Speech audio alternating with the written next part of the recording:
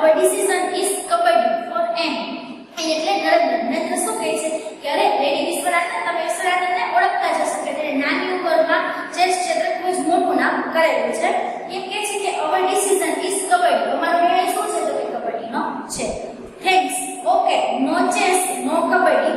Go for berries in my farm. અને લખ્યું છે આ એટલે કે રશ્મિ. રશ્મિ શું કહે છે કે થેન્ક્સ, તમારો આભાર. ઓકે એટલે સારું. નો ચેસ, ચેસ નથી રમવું. નો કબડ્ડી, કબડ્ડી પણ નથી રમવી. ગો ફોર, તેના માટે જઈએ. તેના માટે તો કે બેરીઝ, બેરી છે નામનું ફળ આવે છે. ઇન માય ફાર્મ, તો કે મારા ખેતરે આપણે બેરીઝ ખાવા જઈએ. Not today, berries on Sunday, full day. I will bring chaat masala for S. S છે સાહિલ. સાહિલ શું કહે છે કે આજે નહીં. બેરીઝ આપણે ક્યારે રાખશું તો કે સન્ડે, રવિવારે આખો દિવસ આપણે ત્યાં બેરીઝ ખાશું. I will bring એટલે કે હું લઈ આવીશ. શું લઈ આવીશ તો કે ચાટ મસાલો લઈ આવીશ. But today Manjira for N. N એટલે નરેન્દ્ર. નરેન્દ્ર કહે છે પણ આજે શું મંજીરા વગાડશું. Cool down, angry bird. Angry bird એક ગેમ આવે છે, તમે રમતા જશો એટલે એમ થાય કે નાનું પક્ષી જે ખૂબ જ ગુસ્સામાં હોય છે. એમ કહે છે કે ગુસ્સાવાળું પક્ષી શાંત થા, એંગ્રી બર્ડ શાંત થા. We will play kabaddi. આપણે શું રમીશું તો કે kabaddi. They will play chess. How's that? તે કેવું છે? આ વાક્ય કોણ બોલે છે તો કે એસ સાહિલ કહે છે. સાહિલ શું કહે છે અને કોને કહે છે તો કે નરેન્દ્ર ગુસ્સામાં એમ કહે છે કે તો આજે શું મંજીરા વગાડશું. એટલે સાહિલ એને કહે છે કે તું એંગ્રી બર્ડ શાંત થઈ જા, આપણે બંને કબડ્ડી રમીશું. અને તેઓ છે ચેસ રમશે. આ શું છે એટલે નરેન્દ્ર અને સાહિલ છે શું રમશે તો કે એક કબડ્ડી રમશે અને રશ્મિ અને કુલદીપે છે ચેસ રમશે. Fine, I do agree. સારું, હું સહમત થાઉં છું. રશ્મિ પ્લીઝ. નરેન્દ્ર કહે છે કે Rashmi please. Okay, you pull legs. We will be with kings and queens. આ ફોર રશ્મિ. રશ્મિ શું કહે છે કે સારું. You pay pull legs. Pull એટલે ખેંચવું અને લેગ્સ એટલે પગ. તમે પગ ખેંચો. આપણે કબડ્ડી રમતા હોય ત્યારે એકબીજાના પાઠમાં લાવવા માટે જે પગ ખેંચીને ક્રિયા કરતા હોય છે એ રીતનું કહે છે કે સારું તમે કબડ્ડીમાં પગ ખેંચજો અને વી વિલ બી વિથ, આપણે કોની સાથે હશું તો કે કિંગ્સ એન્ડ ક્વીન્સ, અમે રાજા અને રાણીની સાથે રમીશું. આવું કોણ કહે છે તો કે રશ્મિ કહે છે. હવે એના પછીની એક્ટિવિટી છે કે નાઉ આન્સર ધ ક્વેશ્ચન્સ. આ પ્રશ્નના જવાબ આપો. હુ વોન્ટેડ ટુ પ્લે કબડ્ડી. કોણ કબડ્ડી રમવા માંગતું હતું? તો જો તમે આગળની જે ચિઠ્ઠી છે એમાં જુઓ તો પહેલી જ લાઈનમાં છે કે નરેન્દ્ર કહે છે કબડ્ડી એટ 5, તો આપણે 5 સાથે કબડ્ડી રમીએ. તો પહેલાનો જવાબ આવશે કે નરેન્દ્ર. આખા વાક્યમાં જવાબ એમ લખશું કે Narendra wanted to play kabaddi. બીજું, Rashmi wanted to play chess. True or false. રશ્મિને ચેસ રમવું હતું, સાચું કે ખોટું? તો કે આ વાક્ય છે સાચું છે, તેમાં આવશે ટ્રુ. ત્રીજું, ખાલી જગ્યા અને ખાલી જગ્યા વિલ પ્લે ચેસ. કોણ કોણ ચેસ રમશે તો કે રશ્મિ અને કુલદીપ છે બંને ચેસ રમશે. તો તમારે આમાં રશ્મિ અને બીજા ખાલી જગ્યા કુલદીપ એવું લખવાનું રહેશે. હવે એક્ટિવિટી 2 છે રીડ એન્ડ એન્જોય. વાંચો અને આનંદ માણો. Yesterday was Sunday. યસ્ટરડે એટલે ગઈકાલે, ભૂતકાળની વાત કરી છે અને સન્ડે એટલે રવિવાર. ગઈકાલે રવિવાર હતો. Shivani went on a picnic with her family. Picnic એટલે પ્રવાસ, વિથ હર ફેમિલી એટલે તેના કુટુંબ સાથે. શિવાની તેના કુટુંબ સાથે પ્રવાસે ગઈ. Her friend Nitu also went with them. શિવાનીની ફ્રેન્ડ છે નીતુ, તે પણ તેની સાથે ગઈ. They went to a picnic place near the lake. તેઓ ક્યાં ગયા તો કે લેક એટલે તળાવ અને પિકનિક પ્લેસ એટલે કે પર્યટન સ્થળ. તેઓ તળાવની બાજુના એક પ્રવાસ લાયક સ્થળ હતું ત્યાં ગયા. The children set near the lake. Children એટલે બાળકો, સીટ એટલે બેસવો અને સેટ એટલે બેઠા. ક્યાં બેઠા તો કે નિયર ધ લેક. લેક એટલે તળાવ. બાળકો તળાવની બાજુમાં બેઠા. નીતુ સેડ. નીતુએ કીધું the water is clean. Water એટલે પાણી, ક્લીન એટલે ચોખ્ખું, સ્વચ્છ. પાણી સ્વચ્છ છે. Let's keep hour legs in it. Let us એટલે ચાલો આપણે, કીપ એટલે રાખીએ, અવર લેગ્સ એટલે આપણા પગ, ચાલો આપણે આપણા પગ પાણીમાં રાખીએ. ઓ હાઉ કોલ્ડ ઇટ ઇઝ. તો શું કરે છે તો પાણી એકદમ ચોખ્ખું છે, તળાવનું એટલે પગ એમાં રાખે છે અને પાણી કેવું હોય છે ઠંડુ. એટલે એમ કહે છે અરે જો તો પાણી કેટલું ઠંડુ છે. મધર સેડ એના મમ્મી કહે છે લુક હિયર ચિલ્ડ્રન એટલે કે બાળકો અહીં જુઓ. બી કેરફુલ એટલે કે કાળજી રાખજો. Okay said the children. બાળકોએ શું કીધું કે સારું. It was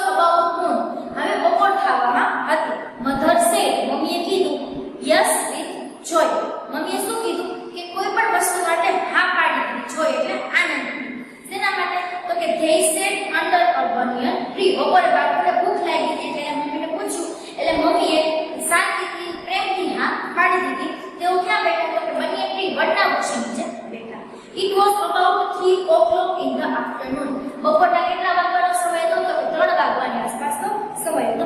father sad, father એટલે પિતાએ કીધું, come children let's go for a boat ride. પિતાએ કહ્યું કે ચાલો બાળકો આપણે બોટ એટલે કે હોડી અને રાઇડ એટલે સવારી, ચાલો આપણે હોડીમાં સવારી કરીએ. They all went for a boat ride. તેઓ બધા હોડીમાં સવારી કરવા માટે ગયા. The children sang the song. બાળકોએ સોંગ ગાયું. આજે આખું છે row row row your boat gently down the stream.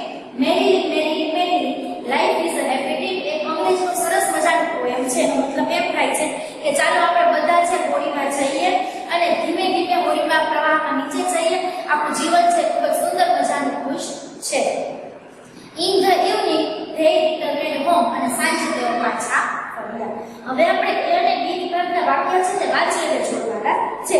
સૌથી પહેલા એના વાક્ય અને પછી બીના વાક્ય જોઈશું. એમાં છે let's keep hour legs in the water. ચાલો આપણે આપણા પગ પાણીમાં રાખીએ. એના નીચે બીજું છે લેટ્સ ઈટ સમથિંગ. ચાલો કંઈક ખાઈએ. ત્રીજું છે let's go for a boat ride. ચાલો આપણે નૌકા વિહાર કરવા માટે જઈએ. ચોથું લેટ્સ સિંગ અ સોંગ. ચાલો આપણે ગીત ગાઈએ. અને એના જે જવાબ આપ્યા છે આપણે એક પછી એક જોડતા જઈશું. એનું પહેલું છે they sang a song. તેઓએ ગીત ગાયું. they sat under a banyan tree. તેઓ વૃક્ષની નીચે બેઠા. they put their legs in the water. તેઓએ પાણીમાં તેઓના પગ મૂક્યા. they all went for a boat ride. તેઓ બધા નૌકા વિહાર કરવા માટે ગયા. તો સૌથી પહેલું છે let's keep our legs in the water. ચાલો આપણે આપણા પગ છે એ પાણીમાં નાખીએ. તો એની સામે શું ક્રિયા કરી હતી? તેઓ કે they put their legs in the water. તેઓ તેના પગ છે બોટલમાં નાખ્યા હતા, પાણીમાં નાખ્યા હતા. એટલે તેની સામે ત્રીજું આવશે, તમારે વાક્ય જોડવાનું રહેશે.